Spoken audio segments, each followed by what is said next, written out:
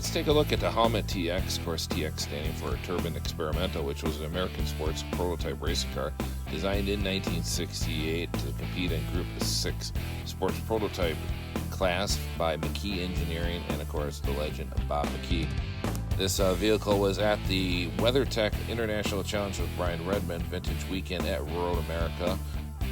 So let's sit down and take a chat with Bob McKee, the legend himself. So did you ever think when you built this thing, here we are 50-some years later, how popular it would be and all these people coming to visiting you and just being a rock star like you are, seeing Jay Leno and everything? Did you ever think this car would be that significant when you were building it? I didn't have a clue, because that was 55 years ago, and we were trying to build any kind of car that people would buy, and trying to keep a shop open with 4 or 5 guys and keep them busy all year long and make cars or interesting projects. And this came along and it was an interesting project. I did it probably cheaper than I should have at the time, but you know, we needed something to do and it sounded interesting. And here we are 55 years later at Elkhart Lake, and it's still around, and people are looking at it. So what was the genesis for this project with putting a turbine in one of your old cars? Well, Ray Heppenstall had a friend that was on the board of directors of Howmet, and he convinced him that doing something with a turbine-powered car would be a good thing to do, and there were lots of people doing turbine things. Sure. A lot of the Chevrolet, Ford, and people were doing turbine things. Chrysler had their turbine car, looked kind of like a T-Bird at the time. So a lot of people were thinking turbine engine. And Howmet made turbine engine parts and aluminum, titanium, and stainless steel. And so it seemed natural to do a car using their materials. And they ended up using a Continental Teledyne engine, and it was a prototype for a military program for a military helicopter.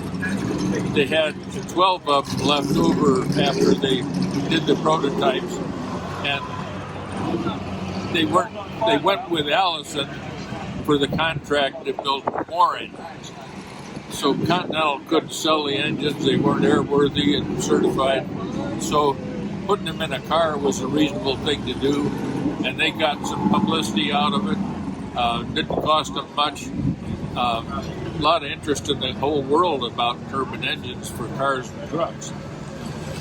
So they gave him so much money, and he came to my shop and said, "Can you build a turbine car?"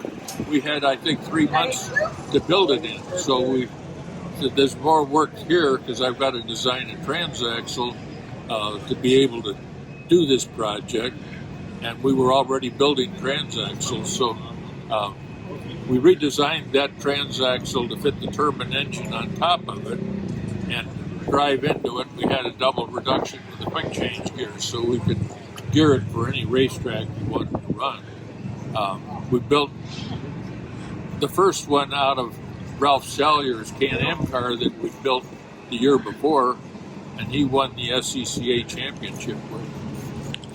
So that gave us a head start on the car. We just had to do the transaxle and take the body off. We used the fenders like we have on here, or off our Can-Am car, and they put a windshield off a 906 Porsche, which was the smallest windshield that was legal to run at Le Mans. Okay. With the FIA rules. So you were looking to reduce drag with that? Yeah, tried to keep it as small as we could and do it in 3 months. And I told him we'd do it for $10,500. So that's what this car is. Is that deal still good? No, that deal's off. So with the fabrication, with the titanium, what parts were titanium in this car? Not very much.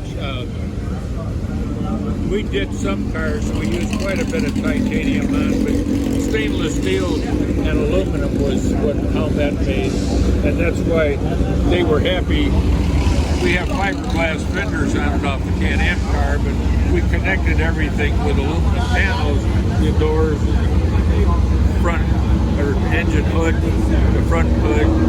So that's all aluminum. Polishing it up showed their aluminum off. The tail lights are made with Howmet aluminum. Those are used on a lot of cars. Like a Cortina, right? Yes, Cortina right. light? Yeah. And what? How did Ray like the car, the handling of the car and everything? Well, actually, some of the people that drove this car had also driven GT40 Fords, and they liked the way this handled better than GT40. But this thing's only weighed about 1,600 pounds. And the GT40 was really quite heavy with a big engine in it, a bigger car all the way around. So when we look inside the car, we have all the gauges in that. So who helped you out with getting almost the avionics? How did that come about? How did you guys figure out what to put in there for gauges and whatnot? Well, the easiest thing to do was buy all the gauges and stuff that come off the helicopter. Oh, okay. And it all matches up, and it's designed to go with the engine. And we've got a lot of gauges that you wouldn't have in a normal car, because you got to know the thermocouple temperature inside the engine, a couple of places so you don't overheat it. Everybody who's, Andy Granatelli was a big proponent for turbines and whatnot. And anybody that's done any research on turbines used in race cars, one of the things that always comes up is the ease of what's the word I want to use? The use or the maintenance of it. It was so much easier. Did you guys find that true? Yeah. They've got to be pretty reliable, or you'd have helicopters falling out of the sky. That's true. So they are reliable. They're expensive engines, and they're made out of exotic materials to keep them light. Because this engine's 175 pounds and puts out 375 horsepower. So, that's a pretty efficient, good engine. They do burn a lot more fuel, and with a wastegate on it, it burns more fuel, but the response is better coming off the corner. Very good. It's fantastic. Well, Bob, thank you so much. We appreciate you taking time out and judging. Here we are on a Friday, but the crowds are only going to get bigger as we go, and we appreciate you taking time out. Okay, thank you, Steve.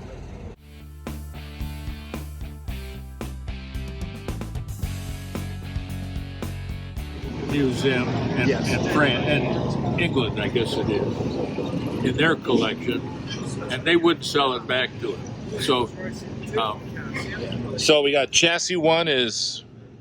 Chassis one's the original one with the Continental turbine. Right, and that one's where? In Austria. Austria. And then chassis two... I'm going to double check. It's in the Gulf Museum. That's the one, okay. Collection, yeah. And chassis 3 is this one. Yep. And chassis 4, Micheron has, and he ran it at Le Mans Classic last weekend. That's the one our friend Steve from England was talking about, the helicopter pilot. Okay, very good. He gets close to 200 miles an hour down the Mulsanne in that car. Pretty remarkable. Yeah, he's got some trick parts on it that he's learned from when he had chassis 2 that he's put into 4. Like, is it a C20? I think it's a C20, right? Bigger engine. Yeah, and they've got a bunch of options on the Allison engines. And he's a pretty smart, very smart engineer, and got it running really well. And Micheron does a good job of driving it, and really he's partially, his hand's partially paralyzed as well. And he has a suicide knob that he clicks his hand into the steering wheel. When you watch the videos on YouTube, he drives it. Oh, really? Yeah. Kind of like Mel Kenyon a little bit, right? His left hand. Huh, interesting. Yeah, and then I looked the car over. In 2018, I went to Classic Le Mans, and I looked the car over, and you can tell that they did a lot of neat stuff with that car. Review camera, wastegates, and the methanol injection. Well, his mechanic, Olivier, has been a helicopter engineer and mechanic all his life. So he knew some tricks to make it put out a little more horsepower. Yeah, they did a really good job with that car. Yeah. You did, and they did as well. We're sitting here with Alex Londe on WeatherTech Brian Redmond weekend. And with the Howmet turbine, that's been the buzz all weekend. And you actually had the opportunity to work in that car. I did. I worked on Chassis 3 when I first started working at Can-Am Cars, LTD in St. Louis about 12 years ago. The car was there. Chuck Haynes had Chassis 2 and Chassis 3 restored and built at the same time alongside by Bob McKee. So I was able to run the car, I think, for about 5 events, different car shows and things. We never raced the car in anger or anything like that. Right. It was just more of an exhibition. And just, I've worked on some neat cars over the years, and the Howmet jet turbine is my favorite for sure. So there's 3 cars that were built. 4, actually. Well, 3 originally, and then later a 4th, right? Or how does that work? The best way to describe it, and of course Bob McKee might correct me on this, and please feel free to, is there was a Can-Am car that they modified with a turbine engine for Chassis 1. Okay. Chassis 2 was built specifically to be the Howmet. The wheelbase is a bit longer, and then they built a 3rd chassis that was never completed. They just put it up in the rafters. The plan was to take number 1 apart, take the Continental turbine engine and all the parts and put it onto the 3rd chassis to campaign 2 and 3 for the next year. Within the series, they changed the rules and they decided they weren't going to continue with the program. So 1968 was the only year that they raced it. What I was told, basically, Chuck Haynes found the car in Hollywood with a small block Chevy in it. Chassis 2 had rolled at Le Mans, and they turned it into a Spider after Le Mans and ran some competitions for 0 to 100 and some other records that still stand today for a turbine-powered car. And then later the car, I don't know what happened after that, but somebody in Hollywood had it with a small block Chevy, still a Spider. Chuck bought it. It was in pieces. I've got photos of it. It was a nightmare.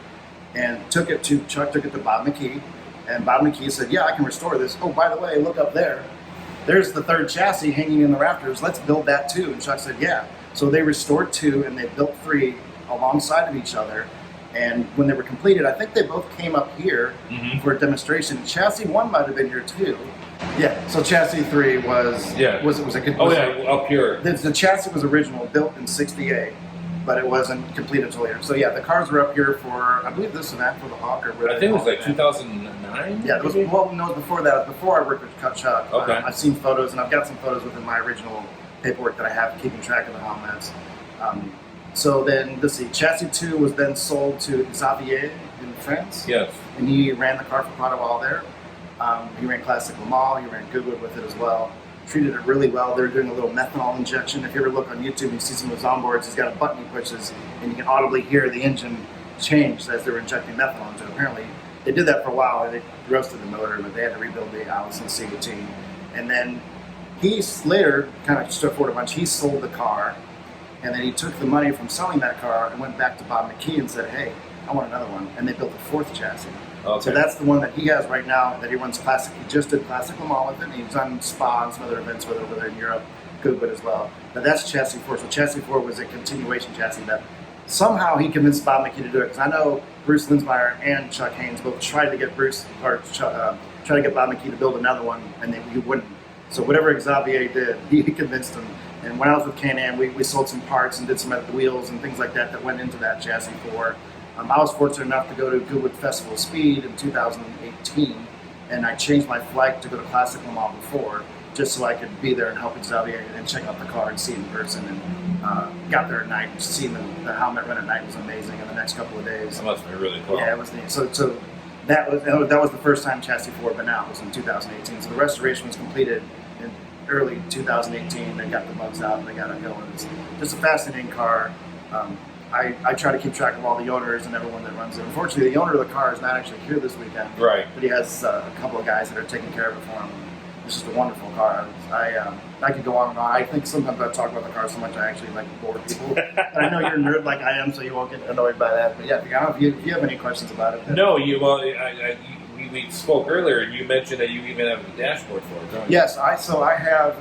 When we were moving Can-Am cars from one facility to another in St. Louis, there were some things, and I was able to acquire the dashboard. We're pretty sure Bob McKee said it's the dashboard from the Spider.